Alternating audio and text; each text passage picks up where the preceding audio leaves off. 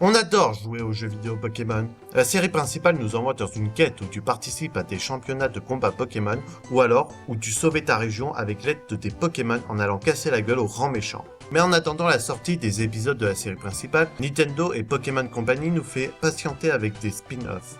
Donnons des détails. Une spin-off est une série dérivée à une autre fiction se passant dans le même univers.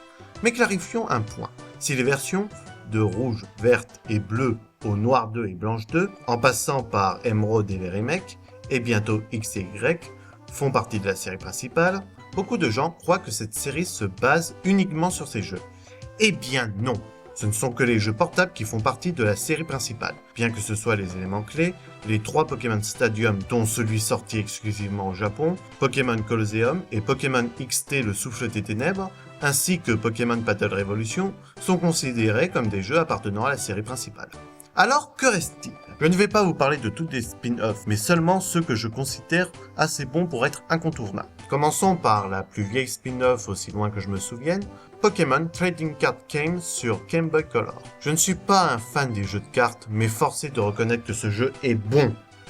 Je pense que ça vient du fait que ce jeu reprend énormément de bases au jeu de la série principale, que ce soit dans ses codes ou dans ses graphismes. Le but du joueur n'est pas de devenir le meilleur joueur de cartes Pokémon du monde, mais d'obtenir les cartes légendaires. Pour cela, il doit vaincre une sorte de conseil des 4, mais pour les vaincre, il doit obtenir 8 badges ou 8 médailles de maître comme prononcé dans le jeu, représentant 8 types de Pokémon, ici étant roche, eau, combat, plante, psy, feu, électrique et poison. Exactement comme les champions d'arène des séries principaux. Comme si ça ne suffisait pas, on a également un prof qui nous donne notre deck de base et un rival. Le jeu était tellement populaire au Japon qu'une suite est sortie où le but devient de vaincre une organisation criminelle qui veut voler les cartes légendaires. Cette suite ne sera jamais sortie hors du Japon, ainsi que Pokémon Card Game of To Play TS, un jeu sur le jeu de cartes sorti l'année dernière au Japon. La même année que Pokémon Trading Card Game en Europe, sortait chez nous également Pokémon Pinball. Plus qu'un flipper, ce jeu se marie bien avec les codes du jeu vidéo principal, encore une fois, et surtout pour sa musique reprise des jeux vidéo, mais aussi de l'animé. Écoutez ceci.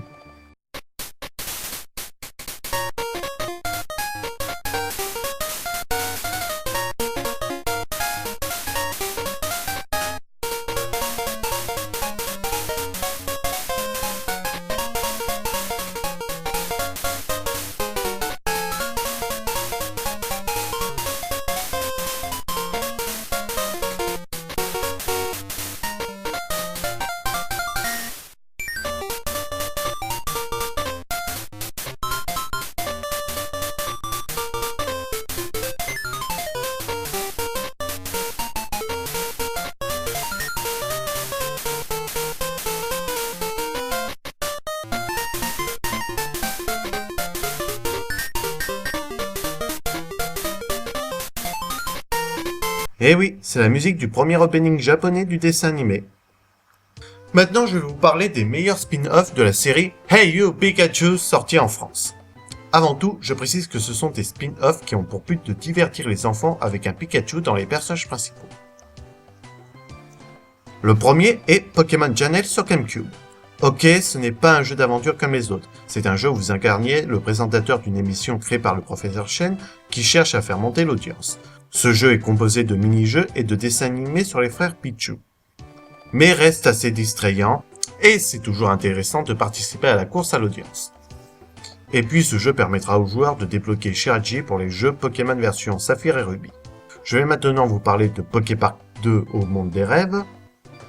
Je n'ai pas joué au jeu, mais selon les retours que j'ai eus, comme son prédécesseur, le but était d'explorer le monde en faisant ami-ami avec les Pokémon, en les battant ou en réussissant des mini-jeux.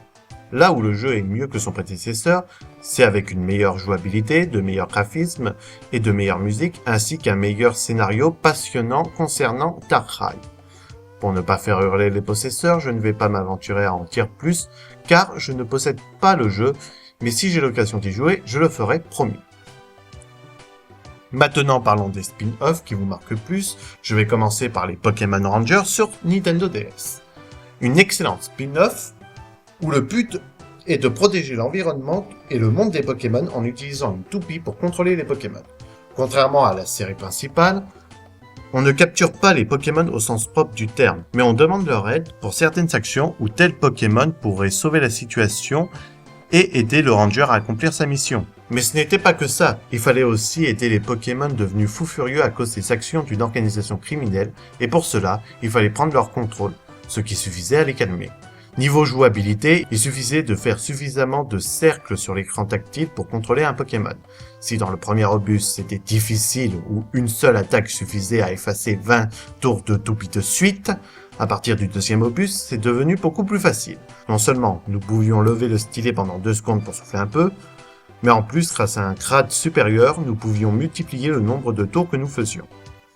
Niveau scénario, l'histoire est bien écrite, mais on a souvent l'impression que le jeu se répète et on a la sensation de traîner en longueur.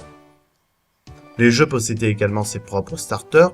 Dans le premier opus, notre starter était défini par notre sexe, Nekapi pour le garçon et Possipi pour la fille.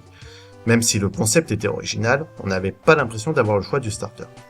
Cela s'est beaucoup développé dans le 2 où on avait le choix entre Etormi, Coinfrex et Pachirisu. Et nous pouvions même recruter d'autres Pokémon pour servir de partenaire à la place du starter. Le seul inconvénient, c'est que la relation entre le Ranger et son partenaire est moins intense dans le scénario de ce jeu. Enfin, le troisième opus proposait seulement Pichu Ukulele comme starter, avec une absence totale de choix, mais étant compensé par les Cliff Rangers, qui permettaient d'invoquer les Pokémon avec lesquels nous nous sommes liés d'amitié ultérieurement. J'ai gardé le meilleur pour la fin, je vais vous parler de ce qui est sans doute la meilleure série secondaire de Pokémon, les Pokémon Donjon Mystère. Cela a commencé avec Pokémon Donjon Mystère, équipe de secours bleu pour Nintendo DS et équipe de secours rouge pour GBA, où vous incarniez un humain transformé en Pokémon pour une raison mystérieuse et vous formiez une équipe avec un Pokémon qui vous a retrouvé inconscient. Le jeu était tellement populaire dans le monde entier qu'il a eu des suites. Pokémon Donjon Mystère Explorateur du Temps et de l'Ombre, suivi d'une version complémentaire Pokémon Explorateur du Ciel, tous sortis sur Nintendo DS. Puis les Pokémon Aventuriers de Feu, de l'Eau et de la Lumière sortis exclusivement au Japon sur WiiWare, et enfin Pokémon Donjon Mystère Les Portes de l'Infini sur Nintendo 3DS, prévu pour le 17 mai prochain chez nous. Pokémon Donjon Mystère nous proposait enfin un scénario excellent avec un Pokémon pour héros. Ces jeux ont toujours eu une histoire bien travaillée, qui nous tiennent en haleine jusqu'au bout, accompagnée d'un choix élargi de Pokémon à incarner en dehors des starters traditionnels, pour le plaisir de tous. Je voudrais bien vous détailler l'histoire des équipes de secours bleu et rouge, et des équipes d'exploration du temps, de l'ombre et du ciel, mais je ne voudrais pas spoiler un élément de plus pour ceux qui connaissent pas. Le concept du gameplay Dungeon RPG nous change bien des concepts des jeux principaux, malgré qu'on abandonne vite le stylet pour les commandes. Les jeux bénéficient également de musique mémorable. Cependant, concernant le prochain Donjon Mystère sur 3DS, selon les premières critiques, le jeu est moins bien niveau scénario comparé à ses prédécesseurs et les nouveaux concepts ne sont pas très intéressants. Par contre, les graphismes en 3D sont agréables et les musiques seraient les meilleures de toute la série. Nous verrons bien le jour de sa sortie. Je conclurai notre commentaire par un rappel. Pokémon Nobunaka no Ambition ou Pokémon Conquest, si vous préférez, ne sortira sans doute jamais en France. Vous êtes tellement en colère que vous vengez en insultant le jeu Apprends avec Pokémon à la conquête du clavier, parce que ce jeu est sorti et pas Pokémon Conquest. Je voulais vous dire que malgré tout, Pokémon à la conquête du clavier est tout de même un jeu fort sympathique avec un concept différent qui plaira à petits écrans. Son seul défaut, c'est son prix neuf, mais cela reste un bon jeu.